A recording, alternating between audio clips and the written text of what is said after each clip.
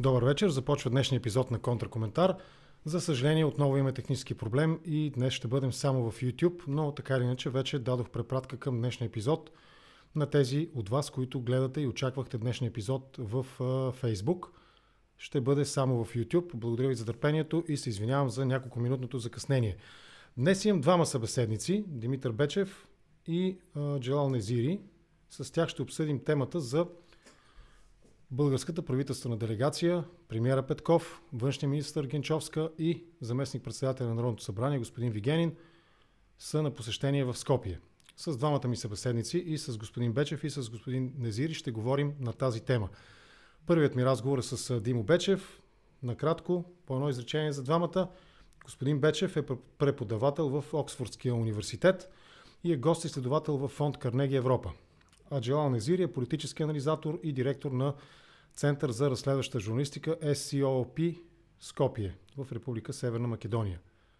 С двамата, както казах, ще обсъдим какво се случи днес в Скопие при визитата на господата Петков, Вигенин и госпожа Генчовска, външния министър на България в Северна Македония. Вече се разбраха, двете страни се разбраха за краткото име Северна Македония, т.е. няма да предизвикаме дипломатическо напрежение, ако използваме тази формулировка, а не дългата Република Северна Македония. С Димо Бечев разговаряхме малко по-рано днес, тъй като той вечер му е по-трудно да прави живи включвания, при това дълги, за да можем да проведем съдържателен и изчерпателен разговор. Предварително ви се извинявам за това, че не сме включили целият обем новини, които дойдоха от Скопие, но с него се опитах да направя разговор концептуален, нека го кажем така. Променя ли се нещо или още от същото? Горе-долу в тази рамка ще бъде и разговора ми с втория ми събеседник. Да не губим излишно време, за да не карам пък втория ми гост да чака. Веднага ви пускам запис от разговора ми с Димо Бечев малко по-рано днес, буквално 2 или 3 часа по-рано днес. Направихме разговора и го записах. Споделете видеото, както винаги казвам. Сложете по един лайк. Ако искате, по този начин ще помогнете на видимостта на Контракоментар в YouTube. И разбира се, всеки от вас, който иска, може да се абонира за канала на Контракоментар или при възможност и желание да го подкрепи по един от начините, които съм избрал в описанието към това видео. И освен това, прощавайте, опитвам се да допълвам с информация темите, които обсъждам с моите събеседници в моя канал в Telegram и там може да го намерите пак под същото име Контракоментар с Енгянов или наваксвам. Все още съм много назад с хронологията, но наваксвам с аудиоверсиите, с аудиоподкаста в платформата Spotify, където също може да бъде намерена, могат да бъдат намерени по-скоро епизодите под същото име Контракоментар с Енгянов. Благодаря ви. Сега ще видите разговора ми с Димо Бечев. Ето го.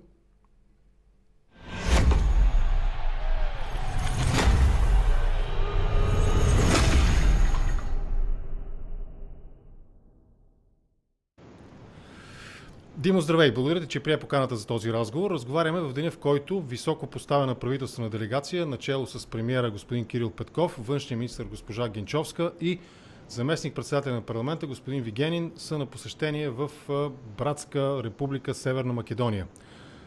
Дали това ще бъде края на сагата и най-накрая окончателно решение на македонския въпрос, предстои да разберем, или ще бъде продължаващото, ще използвам разговорната думичка, закучване на отношенията между двете държави. Това ще бъде смисъла и целта на моя разговор с теб днес. Благодаря ти и добър ден, здравей! Добър ден! За мен да съм пак твой гост. Да, наистина, ние разговаряхме с теб преди много време и пак темата беше свързана и с Македония, а и с влиянието на Русия на Балканите. Може би това наистина трябва да бъде първият въпрос. Има такова мнение сред и медиите, и политиците в Западна Европа, нашите партньори от Европейския съюз, че ако Европейския съюз не е силен на Балканите, тогава ще се появи трети играч. Третият играч може да бъде Китай, може да бъде и Руската федерация.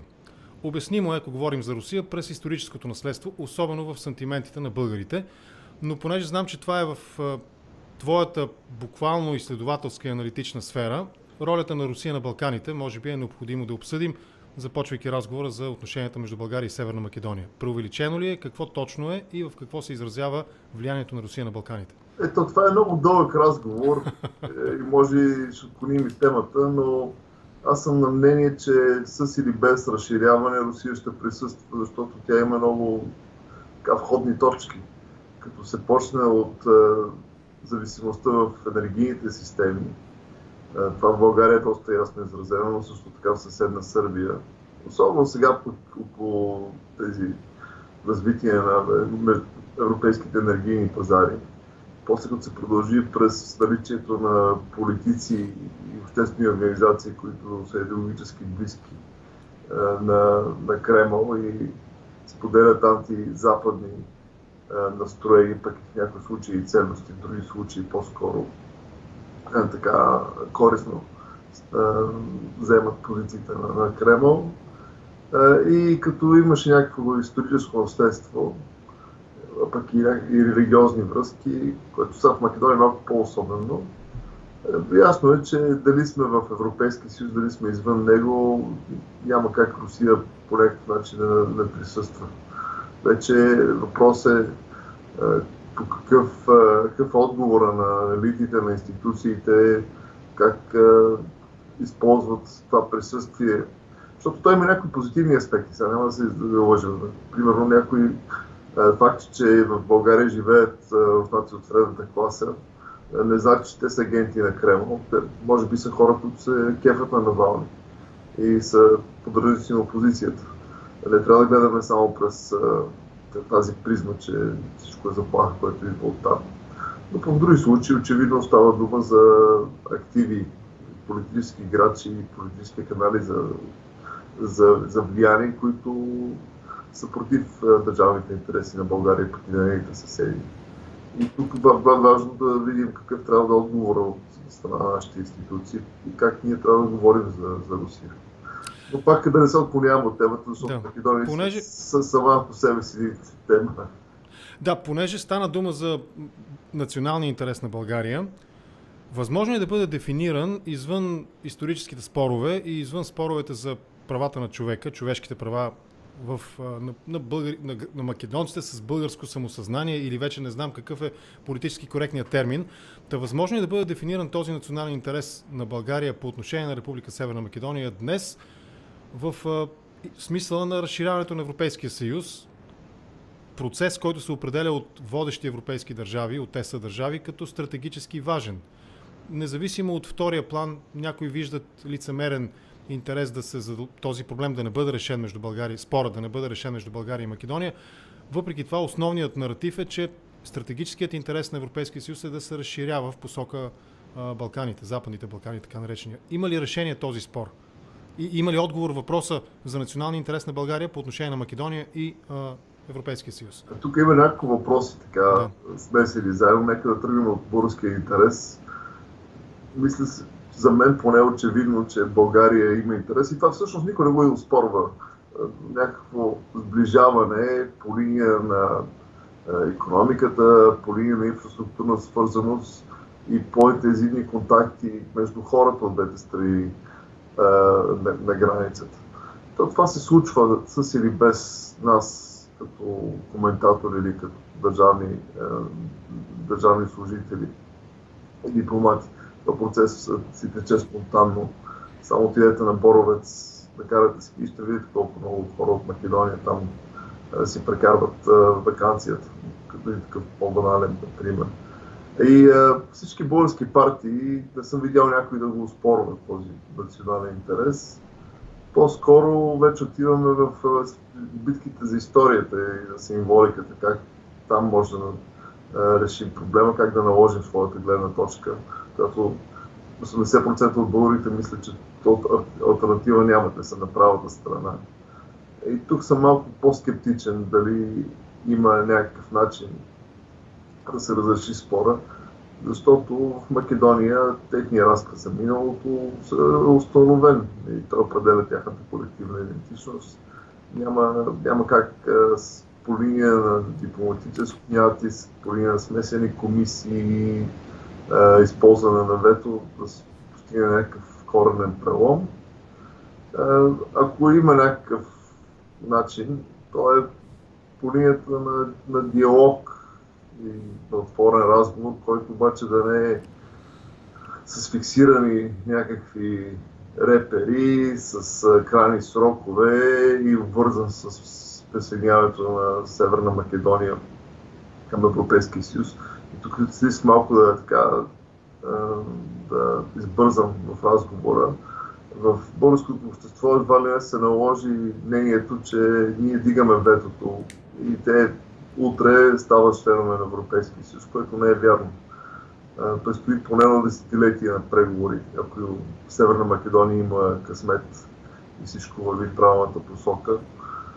И едва тогава, може би, има реална перспектива. Но дори и утре Кирил Петков да удари по масата и да каже край светото, почва Македония да води преговори, процесът ще трае много дълго време. Само да напомня на зрителите, че Черна гора води преговори от 2012 година. Сърбия от 2014 година, но нито един от тези два случая съответната страна не е на прага на влизане в Европейския съюз. Дори Черна гора, която може би има най-добър шанс, трябва да може би да почака поне на 5-6 години, ако пак ги подчертавам, има късмет. Да, но въпреки това, ако сведем въпроса до примерно чисто историческите спорове, защото въпросът с човешките права, то е по логиката на двустранните взаимоотношения, които винаги са реципрочни, има също едно интересно, забавно измерение, но преди това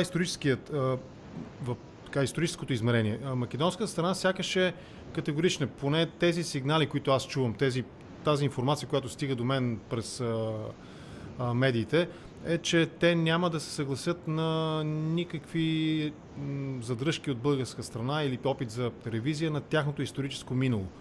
И тук влизаме сякаш в един нерешим ребус.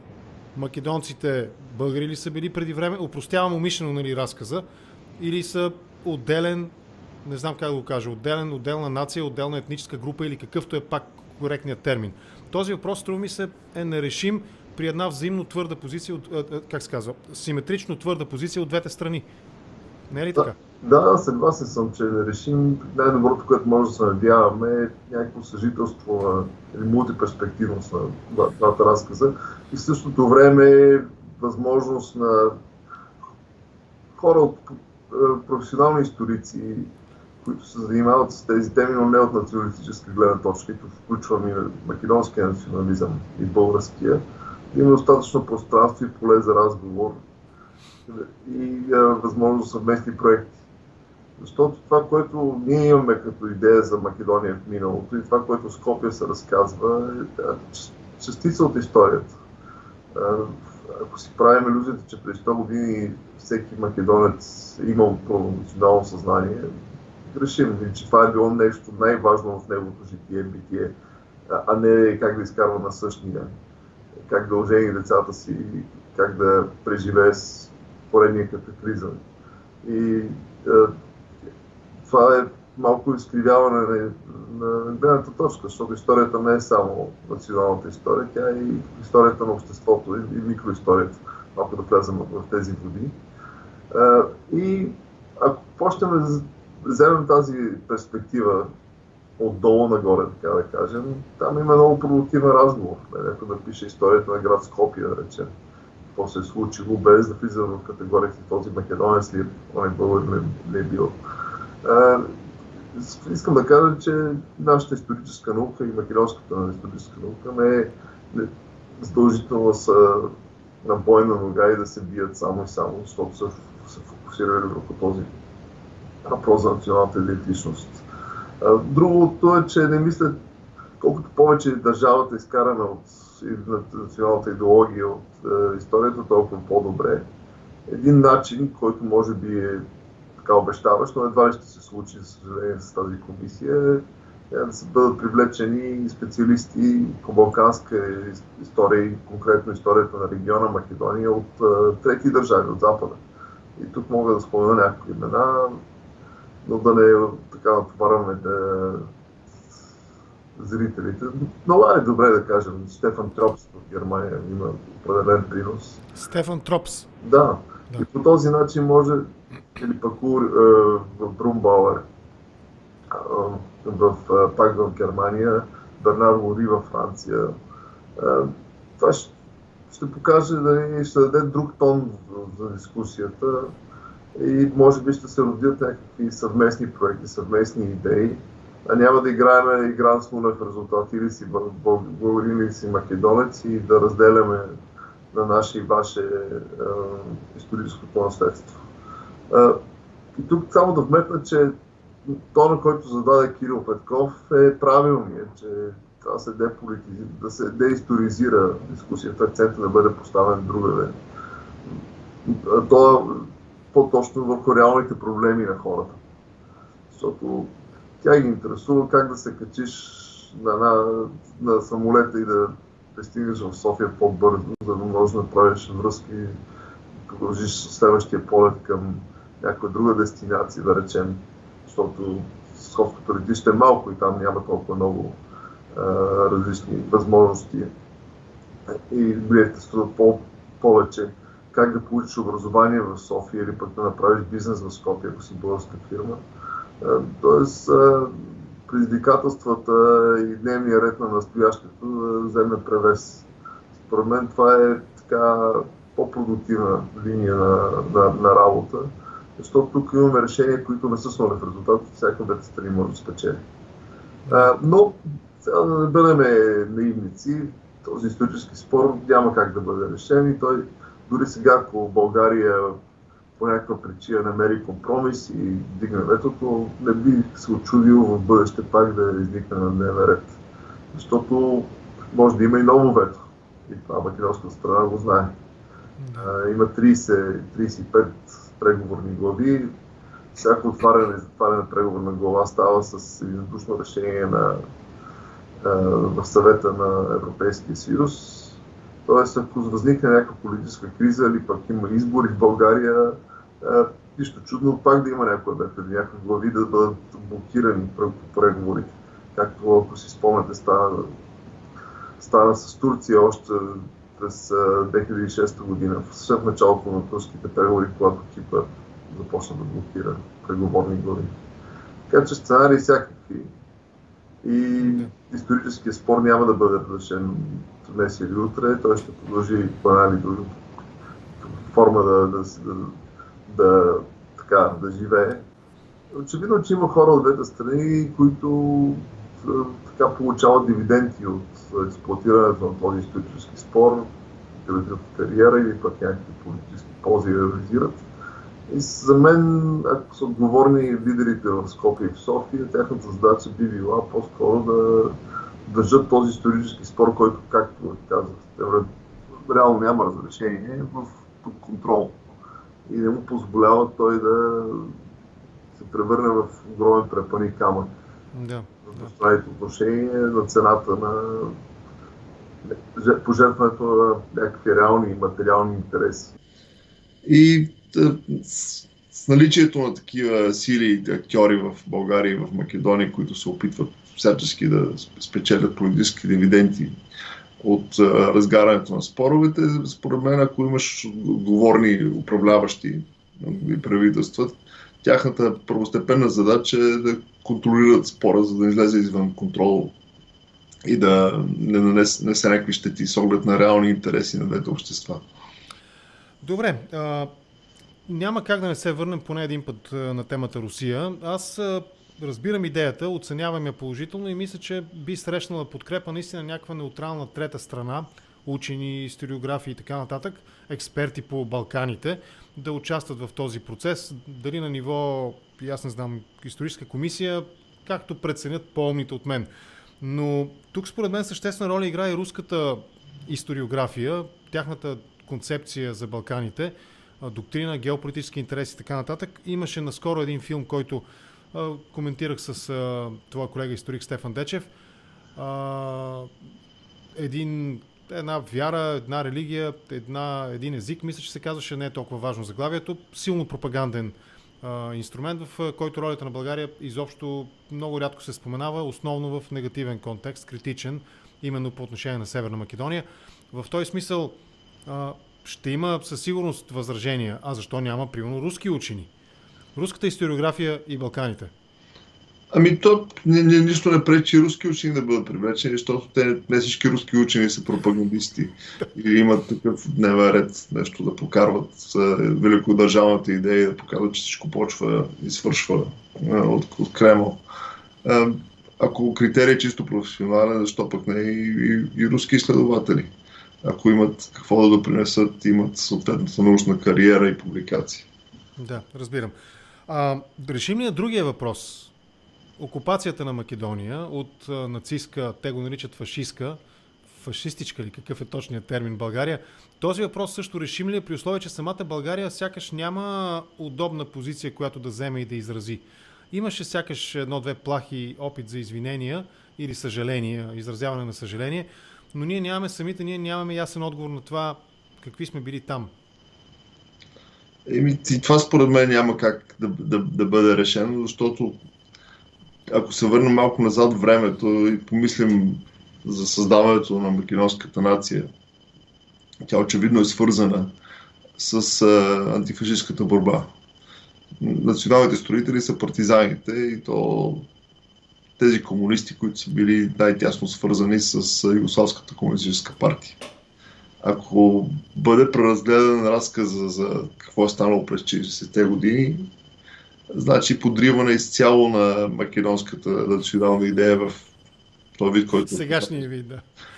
И всъщност, ако се замислим, човека, който се опита най-радикално това да го ревизира в самата Македония, беше Никола Груевски.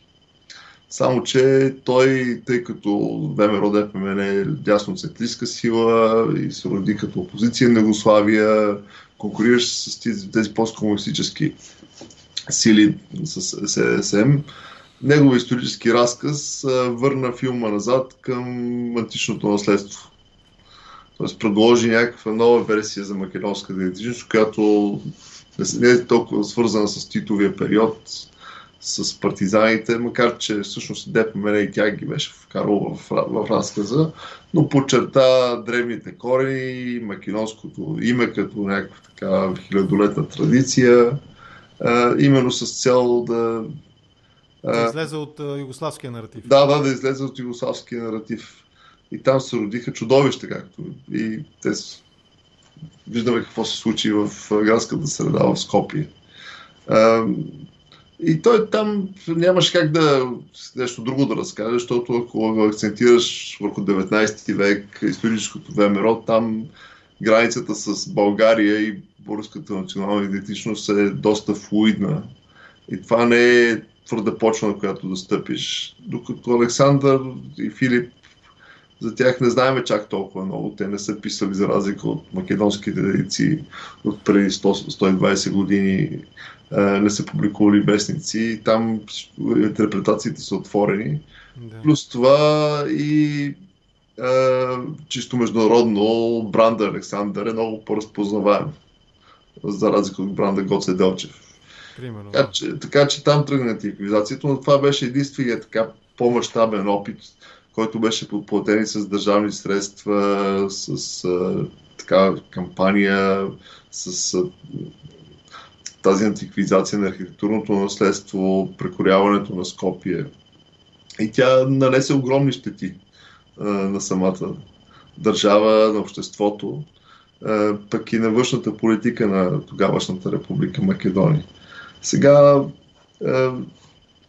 с завръщането на власт на СДСМ се върнаха към стария си разказ, който е класически от югославския период, макар че трябва да се подчертая, че тук заедно... Обобщи го, моля те, в едно-две изречения този разказ.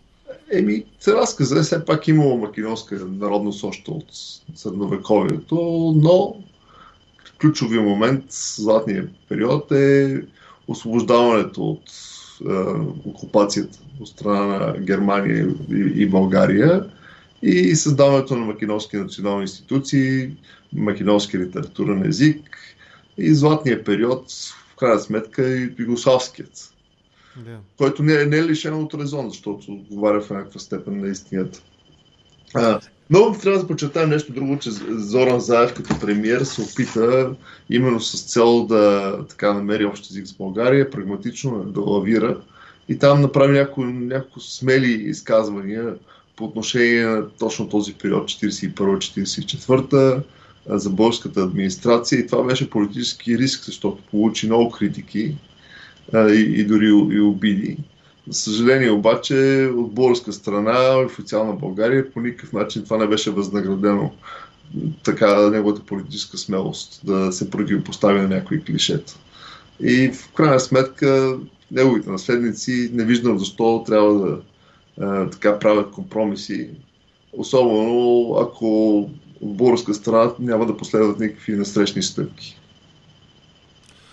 Аз се замислям, че се получава една парадоксална ситуация, в която България няма полезен ход. Нито да подкрепи този екстремен античен разказ на Груевски, нито пък да подкрепи по някакъв начин сегашния през Заев, както ти го подчерта, разказ за златния период през Югославия.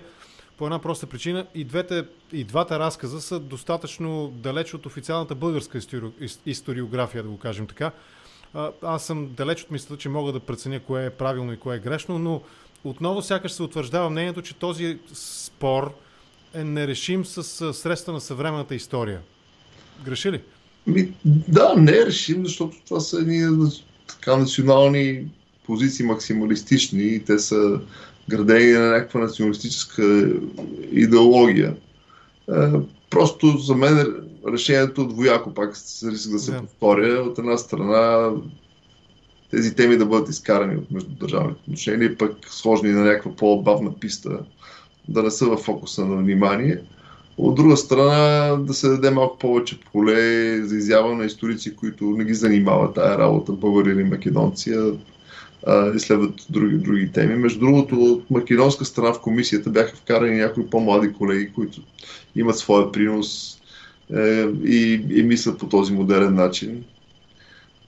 Точно тези, които патриотите биха ги, може би, нарочили за предатели. Да, и от двете страни. Да, едните за българоотстъпници, другите за македоноотстъпници. Например, Петър Тодоров, който там мой познат в комисията, негов изследвания са по-скоро за османския период, използва османски източници, но не го вълнува темата кой какъв бил национално, а по-скоро какво се е случвало на терен в ежедневието на обществото в тези градове. Така че има въпроси, които не са контроверзни, да използваме на така чисто македонска дума. Контроверзни, да. Добре. И колкото повече за Македония се говори в този план и в българското обществено пространство, толкова по-добре, защото това ще нормализира до някъде разказа, без да има някакви големи очаквания, че ще се случи чудо. Доближаваме се до конкретната тема, посещението на Петков, Генчовска и Вигенин в Македония, но естествено преди това според мен е важно да обсъдим и следния въпрос. Няма как тази визита, тя се гледа, сигурен съм, че се гледа от Брюксел внимателно. Слушат се посланията, вероятно ще изслушат пресконференциите с превод или без превод, не знам, но в този смисъл Запада разбира ли ни? Нашите партньори от Европейския съюз разбира ли този двустранен спор? Защото сякаш наделяващото мнение сред тези 27 страни, членуващи в Европейския съюз е, че двустранните спорове не би трябвало да стават предмет и разширението, процеса по разширяване и преговорния процес не би трябвало да стават заложник на тези двустранни спорове. Предаваме ли нашата позиция и ако не я предаваме адекватно и разбираемо, какъв е проблема? Защо не се случва? Ние сме член на Европейския съюз, вече колко мандата имаме депутати, имаме хора на високо ниво и в комисията и така нататък. Какво се случва в тази посока? Според мен не разбра българската позиция. По няколко причини. На първо място, според мен, защото причината е, че става дума за един чисто символичен спор. Нито делим територия, нито има някаква история на организирано насилие, да сме водили някаква война помежду си, нито някакви икономически ресурси делим. Нека го кажем така, няма значими, систематични и организирани такива изблици на насилие, да го кажем. Ето да правим едно сравнение с най-важният оставащ конфликт на Балканите, този в Косово, свързан с суверенитета. там имат две гледни точки, две претенции, кой трябва да упражнява суверенитет върху тази територия, кой е суверена. Също така и какво се е случило там през 90-те години, включително по време на войната в Косово. Залогът е съвсем различен, спомените са съвсем различни и това е много по-добре обяснимо, като имаш и териториален спор. Тук вече и Северно Косово, от сръбските общини. Съвсем по-прагматично обяснимо е на средния експерт, дипломат, политик в Западна Европа. Но ако тръгнеш да вникваш в бурно-македонските работи, там какво било преди 100 години, кой как се определя, някой казва, че са и българи и македонци, то става мътна кърва и много често, освен ако не си изкушен от тая тематика, каквито хора в България много има, разбира се. Мисля, че няма българин. Аз се вадя от това правило, аз не разбирам и затова питам, но мисля, че няма друг българин, освен мен, който да каже, че не разбира и не знае решението на македонския въпрос. Да, то пък и македонския въпрос е мотивирал през времето, защото става дума за някакъв въпрос. Нека да не влизаме в тази дискусия, но да се поставим в позицията на средния политик в Западна Европа, да речем в Германия. Това изведнъж му идва като съвсем неразбираемо какво се случва. Още повече, че България до съвсем скоро беше такъв много твърд привърженик на разширяването. Имаше срещи в Западните Балкани, България, когато държеше председателството на съвета, Борисов и Заев бяха все заедно, Борисов помагаше да се развива и диалога с Гърция. И затова българската позиция изведнъж от неизвестността се прави завой на 180 градуса и започва да се говорят и неща, които честно казвам са говорили едно време и Тодор Живков в споровете с югославските ръководители от 60-те години нататък. И много от външните наблюдатели, включително хората, които се занимават с Балканите, са тотално така озадачени какво се случва. А с какво тогава македонската позиция е по-лесна за обясняване? Защото струва ми се, те ни изпреварват в държавния пиар. Или греша? Македония е една малка страна. Тя е много често жертва на обстоятелствата. През 90-те години едва оцеля, при положение, че се водеха конфликти до нейните граници. Винаги е някакси на ръба. Има две общности, големи, македонската и албанската. Някакси винаги се ползва или пък се ползва голяма част от симпатиите на външните наблюдатели. Обективно също беше жертва на гръцки натиск. И по тая причина нейната ситуация е по-разбираема. Второ, по-конкретно с Заев, който вече е в политическа пенсия, но той дойде на власт, поемайки някакви рискове, именно в такава една революция отдолу, с протести, свързани с корупцията в Македония, за по-отговорна власт, за отворено управление, по-малко корумпирано. Хората вееха европейски знамена, призоваваха за по-бързо присъединяване към НАТО, Европейския съюз. Има една симпатия към македонците, макар че сега да не се лъжем, и тук малко има една заблуда много често сред македонските коментатори, тъй като те имат много такива силни политически, морални аргументи, че едва ли не някаква трета сила, Германия, САЩ или някаква така велика държава ще дойде и ще осъществи натиск върху София и в крайна сметка България ще бъде принудена да даде заден ход. Това така се чуваше дори с Гърция преди време. Имаше и такива конструкции. Сега, например, когато беше еврокризата, кризата в еврозоната, Гърция е притисната до стената, сега това е златна възможност тя да подаде. И за Македония не работи така системата. И в това отношение посланието, което идва от София, че това е двустранен спор и трябва да му се намери двустранно решение, съвсем валидно, няма да дойде големия. Да, т.е. европейският аргумент е и в полза на България в този случай. Да, за съжаление, България, или за щастие на България, не знам както гледате, България е членка на Европейския съюз, Северна Македония не е. Да. Европейския съюз по дефолт се солидаризира с своите си страни членки, плюс това има институционални правила, правилото на единодушие в вземането на решение за начало на преговори дава на България кос. Разбирам те. И стигаме до същността, може би, на разговора. В смисъл, всичко до сега обсъждано е съществено, но до същността на същността стигаме. Господин Петков и по образование, а и по интерес е абсолютно далеч от тази тема, струва ми се. Не съм забелязал от неговите публични изяви да ври и кипи, да става и да ляга вечер и сутрин с темата Македония. Нали, не е, как да го кажа, не е така открояващ се оратор за и против, националист, интернационалист, просто попада на това място като министър-председател. И с целият този изключително тежък емоционален, исторически и политически багаж, той отива там и какво?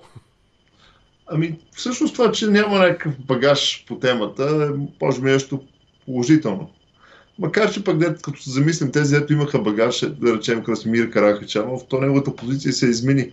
В началото, когато Бойко Борисов задаваше по-приятелска политика спрямо Заев и нямаше никакви проблеми за НАТО, Красимир беше първи там в Скопие с Радмила Шекеринска, никакви проблеми нямаше тогава. Беше съгласен с употребата на soft power, така наречено. Да, абсолютно. Тогава беше напълно в мейнстрима, че трябва да си работим по-близко и да сме брати и да се прегръщаме.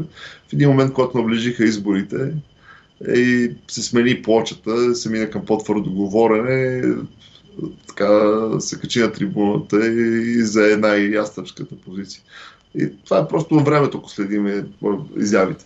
Но да кажем, че Петков е прагматик, не го вълнува толкова символните битки, не го вълнува историята, гледа нещо да свърши положително, пък и намери полезен ход за България. Нещо такова ми се върти из главата и ако се върнем сега на пресконференцията, която днес се състоя с участието на Ковачевски и Петков, това бяха и основните анонси. Първият, че ще има въздушен полет след около 60 дена между България и между София и Скопие. Как това ще стане и коя компания ще го реализира, че древният шрифт е интересно да проследим. Това е едно. Второто е, че ще има съвместно заседание на двете правителства, ресорните министерства, не само евентуално бъдещите работни групи, но тези срещи на кабинетите, които почнаха, ако си спомняш, още по времето на Борисов, имаше няколко. Ще бъдат подновени. И един друг такъв по-тънък момент, който е като жест от България спрямо Северна Македония. Дълго време българските дипломати имаха резерви спрямо краткото име. Това е малко така сферата на пак древния шрифт, защото настояваха да се употребява Република Северна Македония, а не краткото име Северна Македония, с оговорката, че тя е Пирийска Македония е Северна Македония. И дали по този начин, като използваме Северна Македония, не се отваря вратичка за териториални претенции, което според мен е търсене на теле под вола, но това пък може би има задачата, нали, дипломатите, както и юристите винаги следят за детайла и мислят за импликациите. Но сега България по този начин показва един така жест на добра воля, че е склонна да използва Северна Македония и не мисли, че по този начин ще си навреди на собствения суверенитет. Да. Добре, пропуснахме го в началото на разговора заради едната-две технически проблеми, които имахме, прекъсвания, но промени ли се българската позиция? Радев вкара ли нов елемент, то това е и в контекста на визитата на Петков в Скопие, вкара ли нов елемент и промени ли наистина основният фокус на нашите искания, на българските искания, от историческите акцента да бъде към човешките права днес? Да, определено. Там поне те конкретизираха това искане за включването на българите в Конституцията на Македония, защото уставът, така наречения, той споменава етнически общности. Да. Примерно албанци, турци, роми и така нататък. Защо да не включим и българи? Това звучи много добре. Някакси, защото първо е измерима промяна, такъв като някакво изискване, което е ясно ограничено, знаеш кога са го приели и кога не са го приели. за разлика от говор на омразата, което е много по-обтекаемо. Да. Обаче, както много други хора посочиха, от гледна точка на българския разказ, българската версия за историята е нож с две остриета. Защото то отделя българите... Но там вървях. Ти отговаряш на въпроса ми вече. Да, очевидно е. Сега, който се замисли малко повече за импликациите, последиците от нещо подобно, е, че в крайна сметка едни българи се обособяват, които там са колко... Сигурно няма и 1000 души, които така се обявяват. Преброили, да. Да, се обособяват от останалите македонци, което лесно може после да бъде проектирано в миналото. Винаги има българи някакво малко грубичка младсинство. Окей да присъства в... Българи сигурно има в Централно-Африканската република. Да, развитието на логиката. По същия начин, да. Вместо да вървим по линията на споделена история, че българската идентичност е била там, че македонската идентичност така исторически сложила се, развила се през 20 век е нещо като продължение на българската, че границата дълго време е била така доста, пак да кажа, флуидна да употребя тази чуждица. Едва през 40-те години с създаването на тогавашната Народна република в рамките на Югославия се прокарала ясна граница и твърда. Вместо да вървим по тази линия, вървим на линията на малцинствена общност, която малко вреди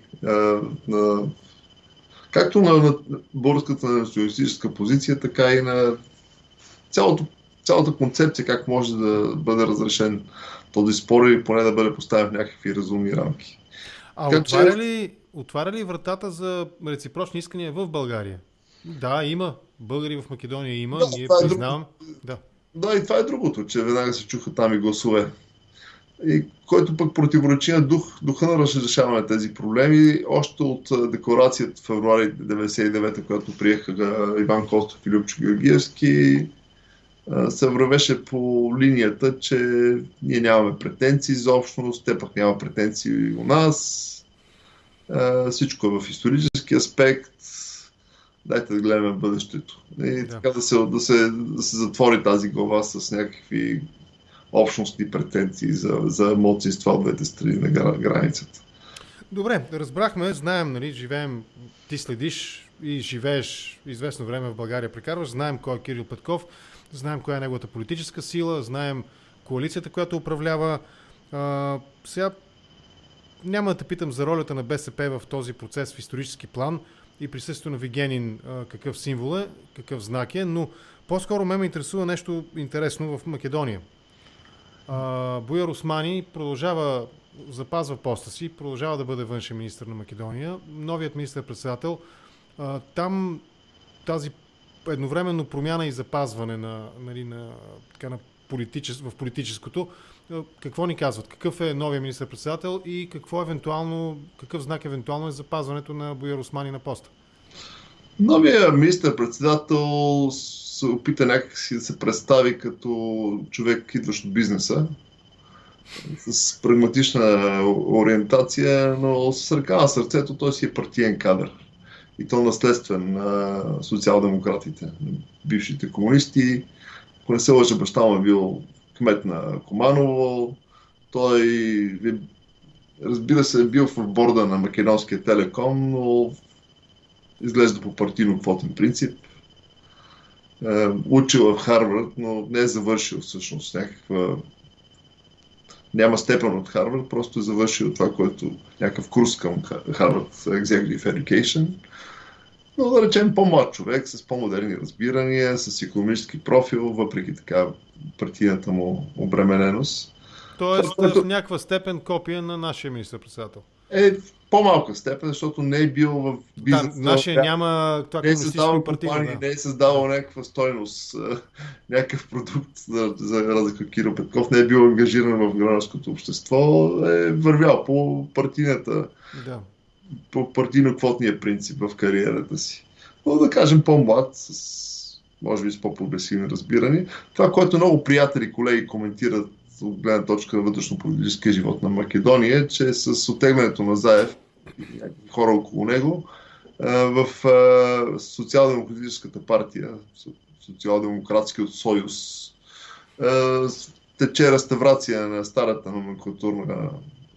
номенклатурни кадри, които са близки до бившия президент и премиер Бранко Цървековски, включително хора свързани с едновремешните служби, което не обещае нещо много добро за двустранните отношения.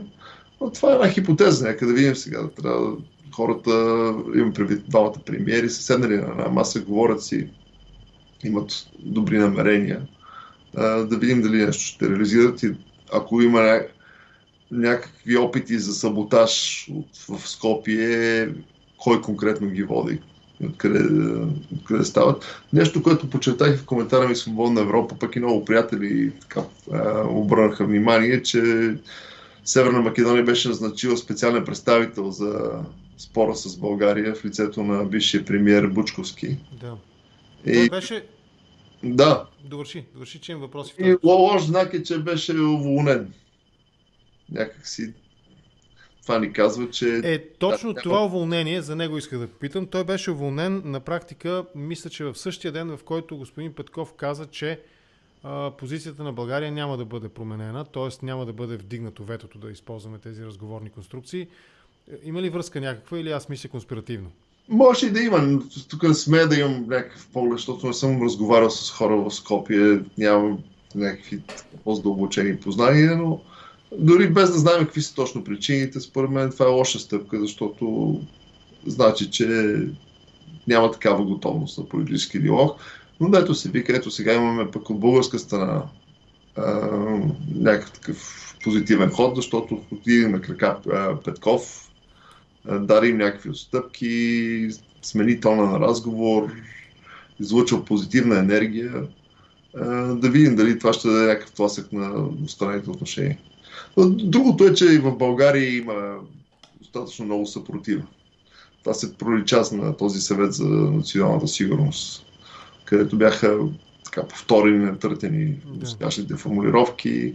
С малки изключения всички застанаха на твърдата страна. Между другото, тук е такъв бележка под линия. Интересно е, че конкретно в този проблем ДПС играе конструктивна роля.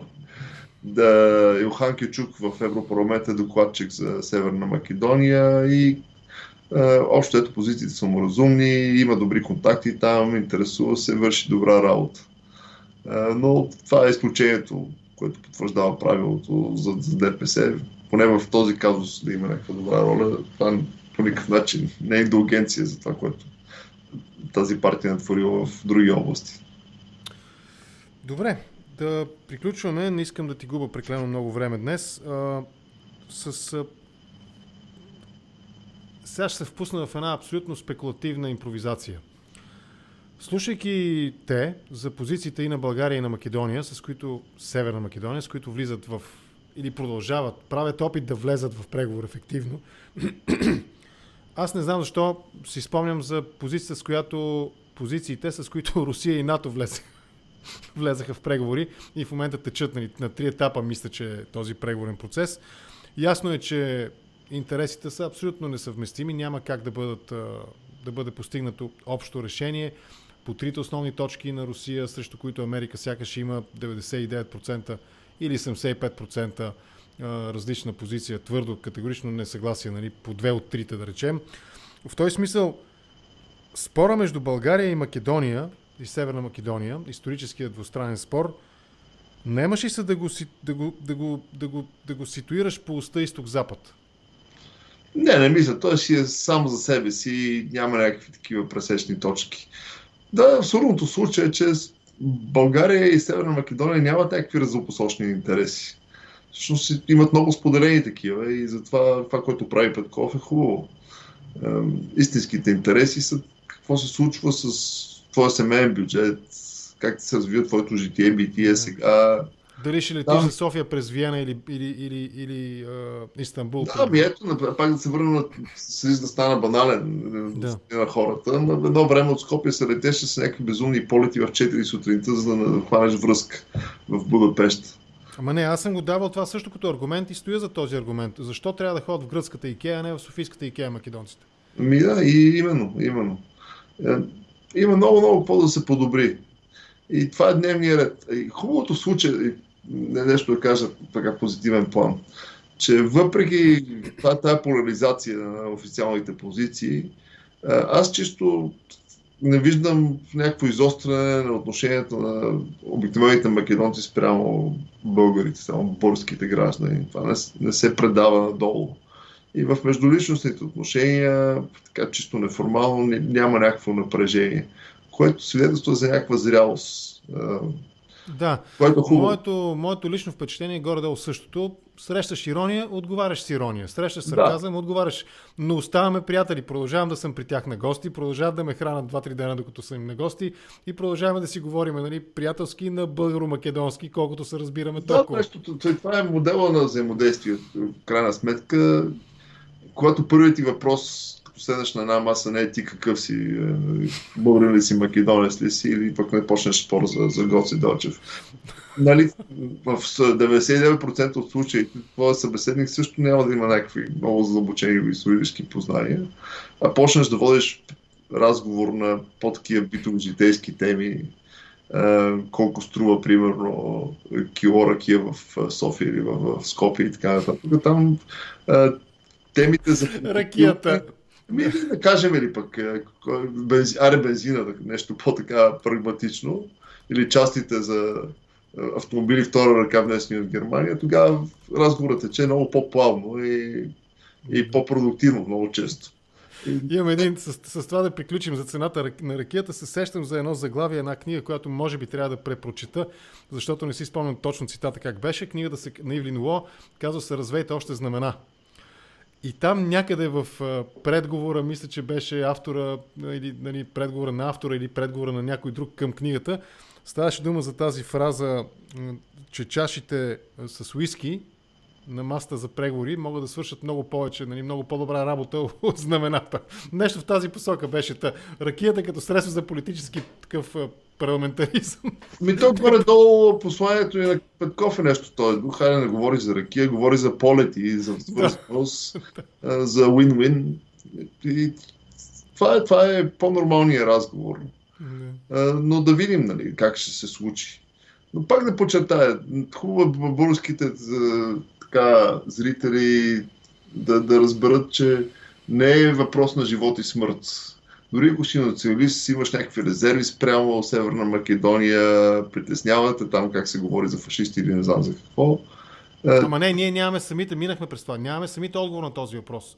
Да, Сигурен съм, че БСП и ДСБ, примерно, или която и да било друга партия, биха имали различен прочит на този период. Да, определено така.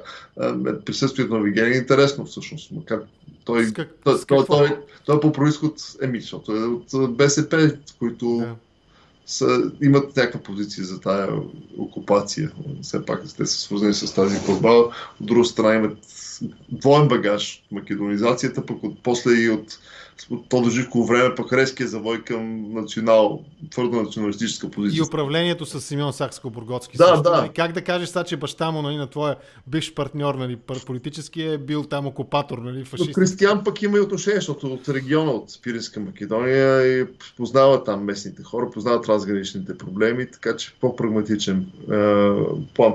Но това ми е идеята. Сега Кирил Петков залага някакъв нов положителен тон, но пак последната ми мисъл, началото на преговорите не значи автоматично членство в края на тая година на Северна Македония.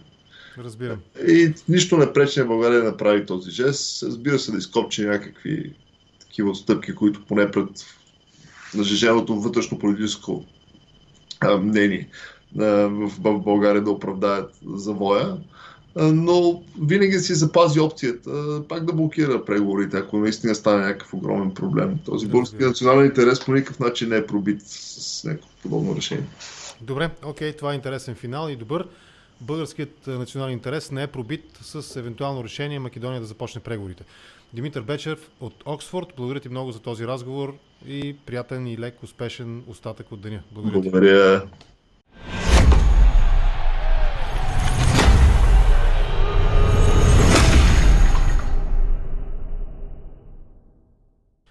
Приятели, това беше първата част на днешния епизод. Разговора ми с Димитър Бечев от Оксфорд. За съжаление на запис, но мисля, че беше достатъчно съдържателен, въпреки че закъсняхме 1-2 часа след събитията. Уви, личните му ангажименти не му позволиха да бъде на живо тази вечер с нас, но пък според мен двата основни тейка от днешния разговор са акцента върху ракияната дипломация в кръга на шегата и в сериозния план. Българският национален интерес няма да бъде пробит, според Димитър Бечев, ако България започне, по-скоро се съгласи, допусне Македония да започне преговори за присъединяване към Европейския съюз, нещо, което няма да се случи светкавично, утре или в други ден или в края на годината Македония да се озове като поредната страна член на Европейския съюз, а по-скоро винаги България има възможността, както проче някои от вас дадохте примери в коментарите към тази част от днешния епизод на Контракоментар, да наложи отново вето или да блокира отварянето или затварянето на поредната от всичките общо 35 глави по преговорния процес. Тук, разбира се, идва ред и да помислим и за предложения, които се чуха включително и в Контракоментар, за отделна специална глава, за която България би могла евентуално да настоява, свързана именно с решаването на тези спорове и така нататък. Приключваме за сега с първата част. След секунди ще започнем с втория ми гост, господин Джелал Незири. Представи го, нека да повторя все пак. Димитър Бечев е преподавател в Оксфордския университет, гост-изследовател в фонд Карнеги. Освен това, Дамяно, един от редовните зрители на Контракоментар, пусна допълнително и аз показах неговите коментари с допълнителна биографична справка за господин Бечев, за което между другото му благодаря. Не винаги успявам на време в пълен обем да представя своите събеседници, но пък някои от тях са редовни гости на Контракоментар и се надявам, че вече ги познавате достатъчно добре. Вторият ми събеседник, буквално след секунди започваме с него, Джелал Незири, както казах и по-рано, сега ще го повторя, е политически анализатор и директор на Център за разследваща журналистика SCOOP в Република Северна Македония, или накратко според споразумението или договореността, постигната между Петков и Ковачевски, просто Северна Македония. Моля ви, запазете 30 секунди търпение да избера втория ми събеседник за днес и се надявам, че няма да имаме проблеми с свързаността. В момента се опитвам да се свържа с него. Здравейте, чуваме ли се? Виждаме ли се? Здраво. Само секунда, сега да ви добавя към, или не помня как говорихме, на ти или на вие предишния път, на вие да започнем, пък както стигне, само секунда. На ти, момент. Добре, на ти, окей, само секунда. Така, приятели, ето го и втория ми събеседник, да проверя дали всичко е наред с звука. Чуваме се вече нормално, нали? Да. Аз нормално те чувам. Идеално, и аз те чувам добре. Здравей, Джелал, благодаря за това, че прие поканата за този разговор. Нека да започнем с най-общия клиширан въпрос. Какъв е отзвука в Северна Македония от визитата на тримата държавници от България? Министър-председателя Петков, външната министърка госпожа Генчовска и заместник-председателя на парламента господин Вигенин. Какъв е отзвука? Главниот впечаток е дека во Бугарија новата влада рефлектира поинаку од претходната. Тоа го кажа и самиот премиер на Бугарија, господинот Кирил Петков, да. Кој рече дека неговиот однос кон проблемите со Македонија ќе биде поинаков и со тоа почнува една нова ера во односите помеѓу двете земји. Фактот дека пристапот на господинот Петков е конструктивен, тоест не е фокусиран на тие теми и на тие проблеми кои што двете страни имаат различно мислење, туку почнува од точките кои што ги спојуваат двете народи, двете држави и од тие точки кои што им носат придобивка на двете страни, е индикатор дека новата влада и новиот премиер на Бугарија е насочен кон постигнување на договор со Република Северна Македонија, кој би бил прифатлив за двете страни. Но за да се случи тоа, тој најверојатно е свесен дека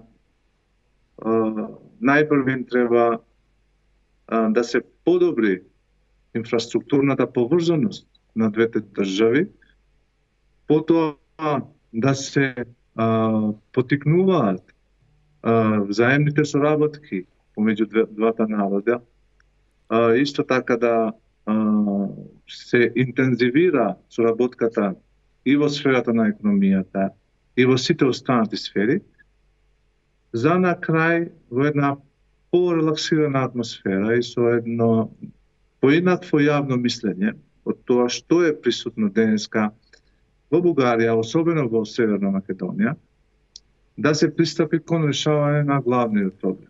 Тоест проблемот со различното толкување или пристап кон историските настани пред 1945 година. Тоа е една добра вест, значи, за Република Северна Македонија, но и за Албанија, која чека и јавност која е многу заинтересирана за тоа што се случува во односите помеѓу Скопје и Софија. Ако използваме спортна терминологија, кој е победител? Македонија или Българија? Кој е победител сега на полувремето? На првите 45 минути од мача, кој е победител? Кој води в резултата? Денеска имавме една изјава на новиот премиер на Република Северна Македонија, Димитар Ковачевски, кој рече дека најпосле Бугарија прифати во употреба да бидат двете верзии на новото име на држава. Значи и подолгото Република Северна Македонија, но и краткото Северна Македонија. Јавноста во Бугарија знае дека Софија беше особено чувствителна за употребата на терминот Северна Македонија, кој што не покажува најексплицитно дека се работи за држава или политички систем или ентитет кој се однесува на административна територија, туку може да се протолкува и како географска територија во чиј дел е, нели, еден од незиниот дел е во Бугарија. Значи тој дел од Северна Македонија, еден дел припаѓа на Бугарија. Значи, тоа е еден вид, Ковачевски го представи тоа како еден вид исчекор во, да речам, победа во овој однос или во овој, како да кажам, спор со Бугарија. Но од друга страна има аналитичари и коментатори тука кои велат дека тоа беше фактички победа на Петков. Победа на Петков од причина што да, има го, тоа е решено и в договорот, член 11, ако не греша, там е јасно, двете страни немаат територијални претенции една кон друга. Да. Точно, и фактички тоа е една од планот на Петков, една од 5+1 точки од планот на Петков, кој што, нели, сакаше ова прашање да биде расчистено до крај. Тие дилеми во јавноста во Бугарија да бидат расчистени и употребата на краткиот назив, но и долгиот назив да не се сфатат како територијални претензии за кон Бугарија. Тие ноти веќе се договорени да бидат пратени и испратени во Обединетите нации и ова прашање мислам дека е апсолвирано. И сега кој победи тука? Да. Има две толкувања и тука во Северна Македонија. Значи, тоа е толкувањето официјално од владата дека тоа е еден вид на добра информација или победа на Македонија кога станува збор за употреба на името, новото име како Северна Македонија, но од друга страна фактите и анализите покажуваат дека фактички тоа е апсолвирање на една од точките на планот на Петков, тоест на тој план кој што се нарече 5+1. Да. Сега, добро е што Да. и двете страни се чувствуваат како победници, значи тоа е вин-вин ситуација која е посакувана во овие тешки преговори за многу тешки проблеми. Тоа што е чувство појавало Северна Македонија, дека новата влада има нов пристап. Тој нов пристап може да донесе до решение за проблемот. Не во смисла да се реши конечно спорот или различното толкување на историјата, туку да се дојде до решение кое би значило добивање на нови рокови за конечно решение за возврат да се тргне ветото на Бугарија за започнување на преговорите за членство за Европската унија. И все пак не е ли обаче не е ли умен ход и от страна на новата власт в Македония, това, че сега след толкова време изпрати тази нота до Организацията на Обединените нации, при условие, че наистина нито една от двете страни нищо не печели и не губи де-факто, защото този въпрос е решен в договора между България и Северна Македония от 2017 година. Това не е ли смарт, хитър ход на Ковачевски също така? Сега да приеме и да изпрати такава нота до Обединените нации. Мислам дека е добар прв чекор на новиот премиер Ковачевски да почне сериозно да го имплементира договорот за добрососедство со Бугарија. Има една култура на Балканот која што често покажува дека договорите кои што се постигнуваат со многу напор и многу труд, на крај се наоѓаат начини за истите да се спроведуваат и почитуваат. Да. Тоа е една балкански менталитет кој предизвикува и произведува нови проблеми, а не се решение секогаш за проблемот за кој што е постигнат тој договор. Мислам дека това, значи, испраќањето на нота до Обединетите нации за оваа точка е паметно решение и добар чекор кон добар правец на премиерот Ковачевски, кој е исто така еден вид на порака до новата влада во Софија дека Скопје и овој состав на владата е подготвен да пристапи посериозно во исполнување на тој договор. Исто така Петков имаше интересна сретба со лидерот на ДУИ, кој е главниот фактор на етничките албанци во Република Северна Македонија, господинот Али Ахмети, кој за време на преговорите со Грција за постигнување на Преспанскиот договор играше многу значајна улога. Човекот од неговата партија, Бујар Османи, е министер за надворешни работи. И влогот или улогата на ДУИ во ова прашање е сепак значителна, не е за подценување.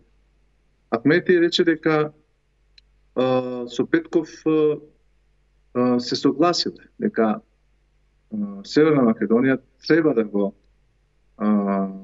промени уставот уште еднаш со цел на преамбулата на уставот да бидат вметнати етничките бугари во Република Северна Македонија.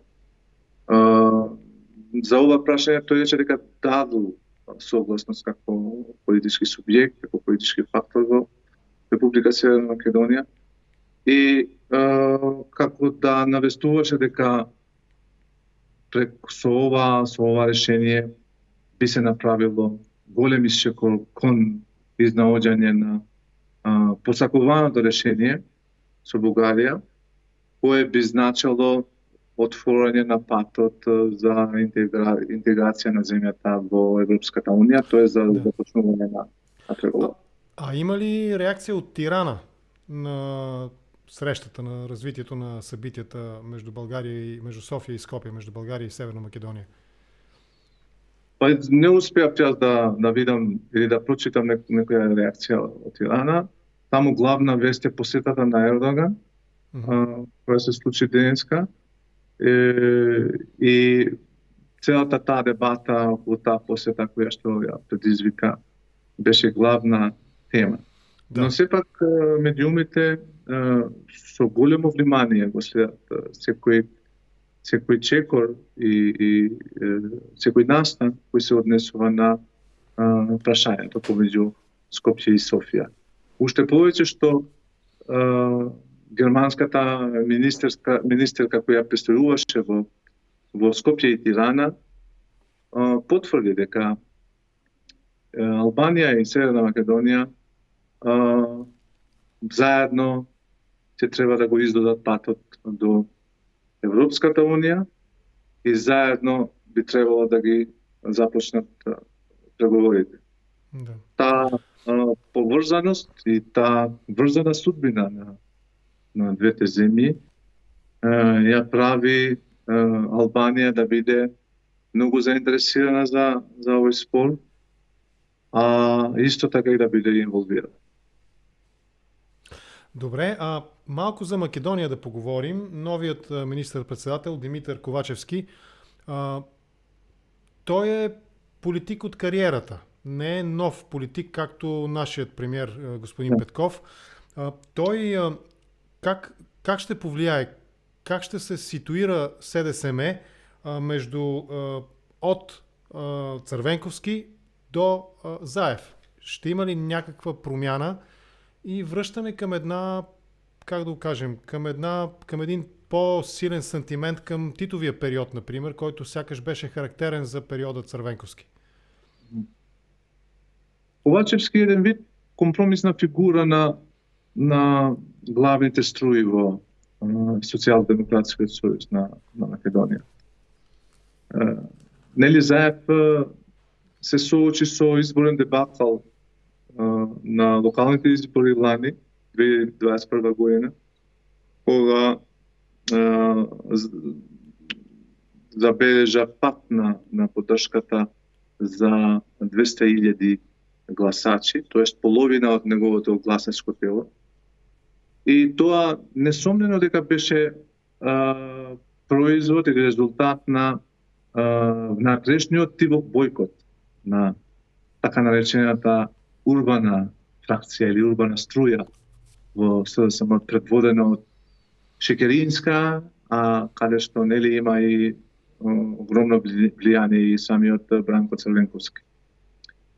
Тој резултати донесе или придонесе самиот Заев да си поднесе оставка и да се случат натрешните избори во партијата. Ковачевски е сега компромисна фигура помеѓу сите овие струи, но факт е дека бил фаворит на Зоран Заев. Натре во влада има министри и челници на институции и функционери кои што доаѓаат од двете најголеми фракции. И Ковачевски сега ќе има за задача или главниот негов предизвик ќе биде да ја сплоти партијата, да го сочува тој унитет внатре во партијата со цел на наредните избори да не се случи тивок бојкот од било која фракција. Дали тоа може да го постигне, тешко е да се каже, зашто иако Ковачевски е долго време на политиката, но сепак тој избрал да биде low profile, не некоја видна фигура внатре во СДСМ. Беше скоро не позната јавноста во Македонија, кога беше предложен за кандидат за председател на партијата, а потоа и за мандатар за формирање на влада. Така што не се знае многу за неговиот стил и методи на работење, неговата визија за предизвиците, за проблемите, за државата. И не се знаат многу нешта кои што се поврзани за политичката фигура на Ковачевски. Но со оглед на фактот дека првиот негов чекор беше прагматичен во однос на Бугарија, се навестува дека е повеќе технократ кој ќе треба да менаџира со кризата, со економската криза најпрво. Нема некои натрешни политички предизвици и проблеми кои што би требало да ги менаџира, но и да пристапи сериозно кон имплементирање на договорот за добрососедство и решавање на проблемот со Бугарија. И тоа се главните негови предизвици кои што не може да се каже однапред дека не е способен или нема капацитет да ги спроведе, туку треба да се чека и да се види. И Груевски беше на почетокот една слична фигура на Ковачевски, кој дојде начело на ВМРО како технократ претходно, министер за финансии, кој немаше многу немаше изградено некој политички имидж, некоја харизма која би го воздигнал како лидер на политичка партија и иден премиер, но сепак Груевски на крај испадна дека тој имаше амбиции да биде повеќе од тоа што некои замислувале дека може да се случи. Кирил Петков се срещна и с ВМРО ДПМН. Това може ли да бъде прочетено като знак, че ще има промяна и в позицията на ВМРО ДПМН в Скопие, в Македония? ВМРО ДПМН држи по-силна позиција во однос на преговорите со Бугарија. Мислам дека таа позиција е резултат повеќе на тој опозицијски наратив кој што е изграден од страна на оваа партија, а тоа е портретизирање на владата на Заев и сегашната влада на СДСМ предводена од Ковачевски како предавничка, уште од времето на подпишување на Преспанскиот договор. И во тој наратив се искажени многу критики во однос на договорот со Бугарија. А сепак ВМРО ДПМН беше помека во однос на постигнување на овој договор уште во 2017 година. Нема покажано дека строго го негира или нема активности опозицијски кои би навестувале дека една од главните каузи на ВМРО би било негирањето на договорот со Бугарија. Сепак тие се свесни, но на последното појавување на Мицковски ден пред посетата на Петков во телевизија 24, тој ја отвори темата на малцинството, македонското малцинство во Бугарија. Да.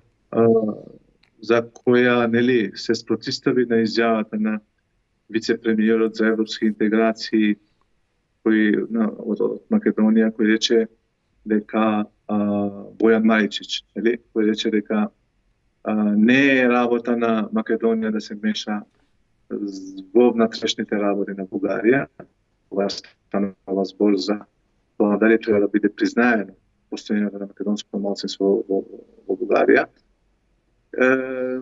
На оваа изјава аргументот на Мицковски е дека ако Македонија Северна Македонија не се меша во внатрешните работи на Бугарија, тогаш ниту Бугарија не треба да се меша во внатрешните работи на Северна Македонија, особено кога станува збор за позицијата на етничките бугари во земјата. Сепак јас не очекувам дека ВМРО ДПМН и Мицкоски како нејзин лидер би се спротиставиле на тој начин што би го попречиле конечното решение со Бугарија, ако тоа биде постигнато. Се случи со тоа што се случи со Грција, мислам дека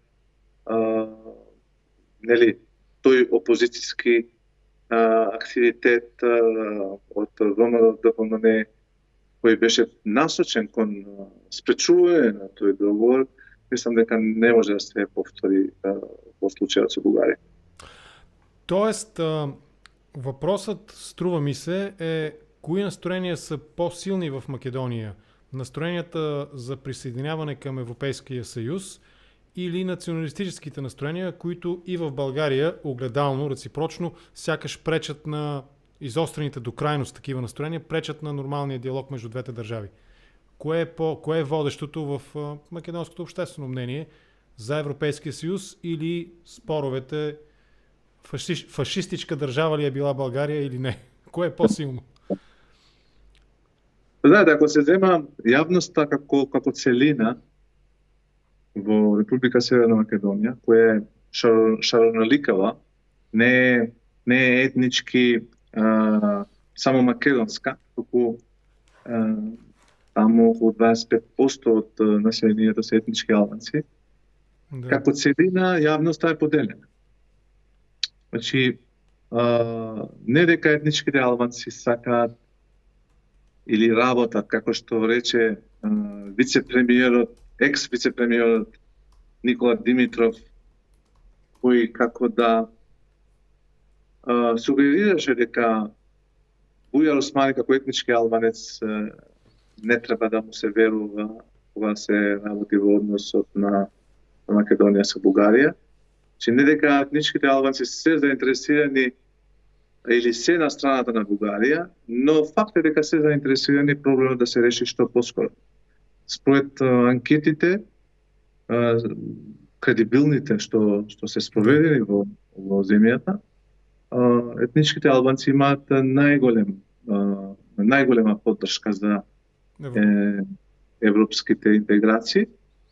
Така што таа висока поддршка во тој просек на јавното мислење придонесува да имаме поделено општество за ова прашање. Но кога се работи за етничките македонци, мислам дека за нив е премногу сензитивно прашањето, од причина што веќе има еден силен етнички идентитет кој што нели е заштитен на многу димензии и кој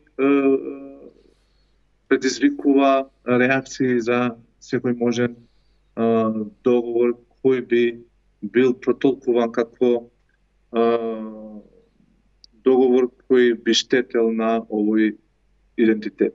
Да. Значи, се работи за македонскиот јазик и се работи за македонската историја, која што фактички кои представуваат фактички два столба на тој етнички идентитет, кои што се предмет на преговорите помеѓу Скопје и Софија. Значи, во овој контекст, повеќе етничките македонци, значи, според анкетите, повеќе предпочитуваат земјата да не биде членка на Европската унија, отколку да отстапат да биде загрозен нивниот етнички идентитет. Разбирам. Понеже стана дума за Никола Димитров, господин Османи, Бујар Османи го наследи като министър на външните работи на Македония, но запази своя пост в сегашното ново правителство на Република Северна Македония. Това какъв знак е? Защото сякаш Димитров беше по-далеч от България в своите разбирания, а пък Буяр Османи ми се струва, че е по-ярък пример за диалог, за търсене на диалог. Сравнение. Каква е разликата между Османи и Димитров и какъв знак е това, че Буяр Османи остава на своя пост като министър на външните работи на Македония? Помислям дека главниот извор на реакцијата на Димитров не само пред да напушти позицијата на заменик премиер за европски прашања, туку од кога се дозна дека тој нема да биде веќе министер за външни работи, тој почна да ја игра улогата на опозиција внатре во влада. Особено кога станува збор за постигнување на договор со Бугарија. Тој на сите негови јавни настапи од 2017 година, кога беше министер за външни работи, го поддржуваше договор со Бугарија. Освен ова, изјавуваше дека владата на Бугарија, државата Бугарија е најголемиот сојузник и поддржуваш на Република Северна Македонија во нејзините напори да го реши проблемот со Грција и да ги отвори вратите за евроатлантските интеграции.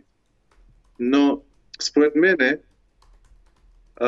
неговиот став почна да биде поостар во однос на Бугарија од 2020 година, кога тој не продолжи да биде министер за надворешни работи, а уште повеќе имаше амбиции, според некои информации, да биде и премиер. Тој како кадар на ВМРО ДПМН немаше ниту место во структурата на СДСМ, но не беше ниту член на самата партија, иако учествуваше на неколку изборни циклуси како нивна фигура. Но тој потекнува од ВМРО ДПМН, тој припаѓа на таа десничарска матрица и како таков беше еден вид на аутсайдер во СДСМ. Кога се случија натрешните проблеми на СДСМ и кога после изборите во 2020 година СДСМ не успеа да најде алтернатива освен ДУИ, иако на изборната кампања настојуваше дека ДУИ веќе ќе однесе во опозиција и ќе има нов партнер, владин партнер кај етничките албанци. А кога не успеа во тоа, тогаш стигна листата на ДУИ, во која што беше таргетирана и премиерската функција, но и останатите клучни функции во државата. И компромисот беше постигнат со тоа што Министерството за финансии и Министерството за надворешни работи како клучни ресори во државата да и припаѓаат на ДУИ. И уште тогаш Димитров се спротивставуваше и од тогаш мислам дека неговите ставови беа се потврди кога станува збор за решавање на проблем со Бугарија.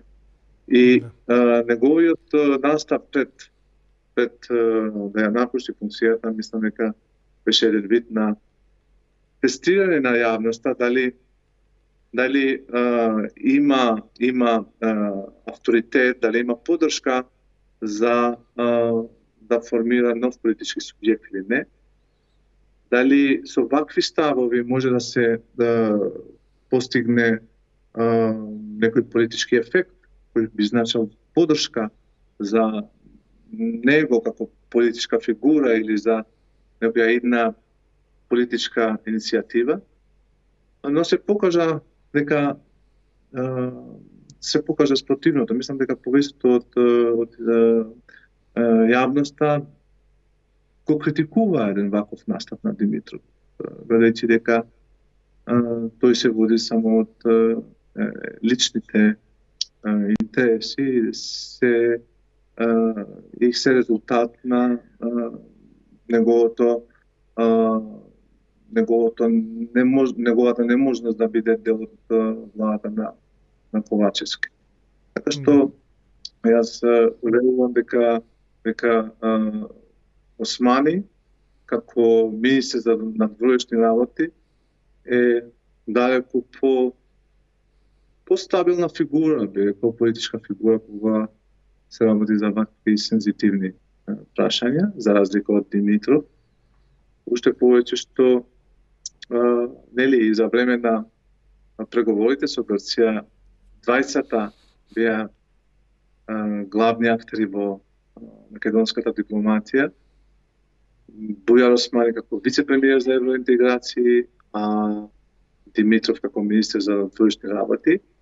И двајцата беа во еден вид на ривалитет, кој што секој ден растеше и на крај придонесе Димитров како непартиска фигура, би рекол како експерт, да нема значајна подршка, политичка, партиска подршка за да продолжи да биде дел од владата на Ковачевски. Токму овој момент е извор на сите тие реакции на Димитров. Добре, още малко с спортни термини да извинявам се, с спортни термини да поговорим. Кой е уинър и кой е лузър от това, за което господин Петков говореше, и сякаш се върви към постигане на съгласие за фашистичката окупационна България през Втората световна война. Кирил Петков, струва ми се, акцентира върху това да не се обвързват българите и България с този термин. От македонска страна, струва ми се, няма така сериозни възражения. Кой печели и кой губи, ако позицията се сближи по тази точка според теб? Факт е дека во Северна Македонија Бугарија е со децении представена како сојузник на фашистите од Втората светска војна и како виновник на можеби бројните убиства кои се случиле во земјата. Можеби така е портретизирано, јас не сум историчар и се уште во книгите на со кои што учат децата за тој дел од историјата Бугарија се споменува експлицитно и во овој контекст. Но не се успеа да се направи дистинкција помеѓу политичката идеологија од тоа време која што ги предизвика сите тие немири и војни и бугарскиот народ и држава, која што не дека сите беа подржувачи на една таква идеологија. Исто и во Германија. Значи, но немаме ние тој наратив тука во Северна Македонија и за Германија, дека Германија е нацистичка држава и нацистичка Германија. Таа терминологија не постои. Така што мислам дека треба да се растовари од една таква терминологија и литературата и јавниот дискурс и медиумите, јавните личности со цел да се деконструира еден вид на лажна вистина која што е создадена со децении во Северна Македонија. Но знаете дека нели информациите кои што ги добиваме секој ден се клучни за ние да градиме ставови за нештата околу нас.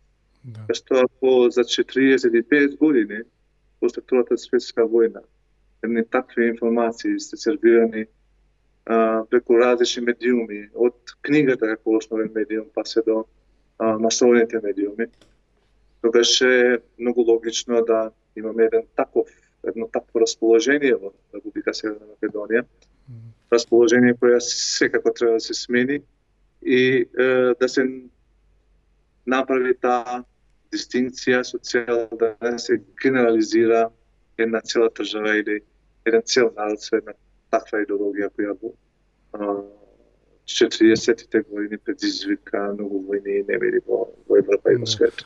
А учат ли децата, че Българската народна армия тогава, заедно в състава на Трети Украински фронт, заедно с Югославската народно-освободителна армия, де-факто участва в освобождаването на Югославия тогава от нацистите? Јас не знам, јас имам 2 деца и живи и здрави да се. Благодарам. И јас не можам да се потсетам дека има таков дел што ние сме учеле во основното училиште или средното училиште како предмети по историја.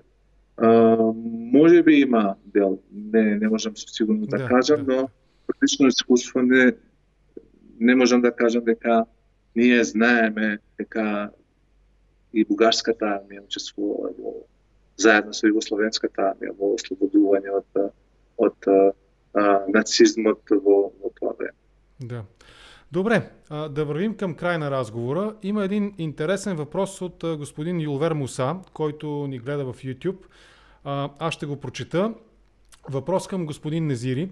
Как ще оцените случващото се в Баня Лука и честването на 9 януари? Напрежението там ще се задълбочи ли и дали добрите отношения между България и Македония биха дали добър пример за Босна и Херцеговина?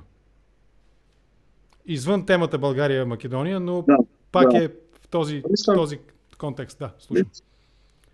Мислам дека не може да се направи една целосна паралела помеѓу состојбата во Босна и Херцеговина и односите помеѓу Македонија и Северна Македонија и Бугарија.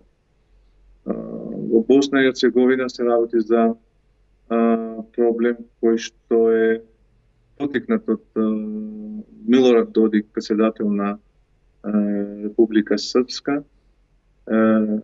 кој што настојува фактички да се повлече од Федерацијата со повлекување од заедничките институции, како што се финансиските, административните, војската и така натаму. То де факто би значило прогласување на независност на една нова држава на Балканот. Држава која би имало и своја војска, и свој финансиски систем, и администрација, и сите елементи на една држава. Во односите помеѓу Република Северна Македонија и Бугарија немаме еден таков случај да некој од актерите или владите од двете земји да настојуваат или да подржуваат такви политики и такви струи, сепак и двете земји се залагаат и се согласни за европската и евроатлантската перспектива на регионот. И проблемот што е фактички стар проблем, не е нов проблем помеѓу двете земји, е акумулиран и злоупотребан и за внатрешни политички цели и во двете држави. Таа употреба и злоупотреба, мислам дека придонесе до една ваква ситуација да земјата уште пред да ги започне преговорите да добие вето од Бугарија. Според моје мислење, ако целиот проблем останеше во рамките на процесот за стабилизација и асоциација, процес кој е надвор од процесот за преговарање за членство, тогаш пред зачленувањето на Република Северна Македонија во Европската унија, тоест кога ќе дојдат при крај преговорите, кога ќе бидат затворени сите 34, 35 или 35 поглавја кои би биле договорени испроведувани од страна на Република Северна Македонија, тогаш би останало таа точка од процесот на стабилизација и асоциација, кој што предвидува и решавање на сите проблеми со соседите. Тоа што се наметна како проблем, мислам дека не е добар начин да се реши истиот. Затоа викам, пристапот на Петков кон фокусирање на точките кои што ги приближуваат страните и фокусирање на точките од кои што придобиваат двете страни, за потоа постепено да се пристапи кон решавање на најглавната точка на проблемот, е добар пристап и кој што може да придонесе кон решавање конечно на оваа прашање. Иска ми се в самия край да обединя твоят разговор с разговора с историка Димитър Бечев. Ще се опитам да го направя хумористично. С Димо Бечев завършихме с това, че ракийната дипломация е по-добра от тази, която е основана на споровете. Темелите, на която темелите са споровете и различията. Кажи няколко думи за ракийната дипломация в смисъла на добрите приятелски отношения между българи и македонци. Аз съм бил много пъти в Скопие, в Охрид, имам прекрасни приятели там. Сигурен съм, че и ти познаваш някои хора от България. Ракийната дипломация. Јас имам многу пријатели, многу соработници во разни проекти во Бугарија и ние немаме проблем да комуницираме и немаме проблем да ја спроведуваме таа дипломација. Не спорите Гоце Делчев македонец или българин и цар Самуил българин или македонец. Да, точно. Добре, нека да приключим тук. Знам, че не си на работа в момента, на почивка си, но въпреки това съм ти благодарен, че ми отдели толкова време тази вечер. Благодаря ти. По-натам пак ще те поканя. Приятели, разговарях с Джелал Незири, който е политически анализатор и директор на Център за разследваща журналистика SCOP в Република Северна Македония. Джелал, благодаря много. Лека вечер ти пожелавам и приятна почивка и до скоро. Благодаря. Лека нощ. Лека нощ на теб. Приятели, това беше днешния епизод на Контракоментар. Разговарях с двама, за мен, много интересни събеседници. Първият е нашият сънародник, съгражданин и мой приятел Димитър Бечев, а вторият е журналиста от Република Северна Македония или както се разбраха двете страни, просто и кратко от Северна Македония. Джелал Незири. С двамата обсъдихме промяна или още от същото по отношение на визитата на трима държавници, няма как да го кажа и в женски и в мъжки род едновременно, трима държавници, министър-председателя Петков, външната министърка госпожа Генчовска. Между другото, оказа се, драги зрители, че тя имала изява, чули се е гласът. Позволете ми да ви припомня или ако не знаете, да ви осведомя. Теодора Генчовска поиска от София, от Скопие да спре говора на омразата. Намираме тази новина в българските медии. За нас, казва госпожа Генчовска, е от ключово значение да се прекрати говорът на омразата, като разчитаме на вашата помощ и правата на българите, които живеят в Република Северна Македония, да бъдат защитени в рамките на конституционният и правовият ред в държавата. Вярвам, че госпожа Генчовска ще спечели, ако изгледа днешния епизод на Контракоментар с тези изключително интересни за мен събеседници Димо Бечев и Джелал Незири, за да видят именно такъв освободен от омраза разговор между хора от държави, чиито официални представители все още стоят на доста различни позиции. Аз съм ви благодарен за това, че изгледахте днешния епизод на Контракоментар. Ако искате, сложете по един палец нагоре, по един лайк, за да качите видимостта Контракоментар, да помогнете на видимостта на Контракоментар в YouTube. Споделете видеото, ако разговора ми с моите събеседници днес ви е харесал. И разбира се, ако имате възможност и желание, може да подкрепите Контракоментар по един от начините, които съм изброил в описанието към това видео. За днес приключваме. Утре продължаваме с Контракоментар. Ако е рекал Господ, утре мой събеседник ще бъде Манол Глишев, с когото ще направим един не точно виртуален, по-скоро вербален тур из Истанбул. Той прекара много време там и като писател, поет и турист ще ни разкаже, ще си говорим за Истанбул, неговият престой там. И не само, разбира се. Сигурен съм, че и двамата вице-президенти, Генов и Глишев, няма да можем да избягаме от българския политически разговор, но акцентът ни ще бъде по-скоро културно-познавателен и туристически. Благодаря ви за интереса, ще се видим утре. Споделете, отново казвам, споделете видеото, сложете по един палец нагоре, за да помогнете на видимостта на канала в YouTube. И всеки от вас, който иска и може, ако искате, може да подкрепите контракоментар по един от начините, които съм изброил в описанието към това и всяко друго видео. И разбира се, може да последвате контракоментар в Telegram, ако искате, където се опитвам да допълвам непрекъснато с актуална информация от други информационни източници по темите, които често обсъждам с моите гости в епизодите на контракоментар. Това беше всичко за днес. До утре. Да сте живи и здрави. Благодаря за интереса. Лека вечер и късмет.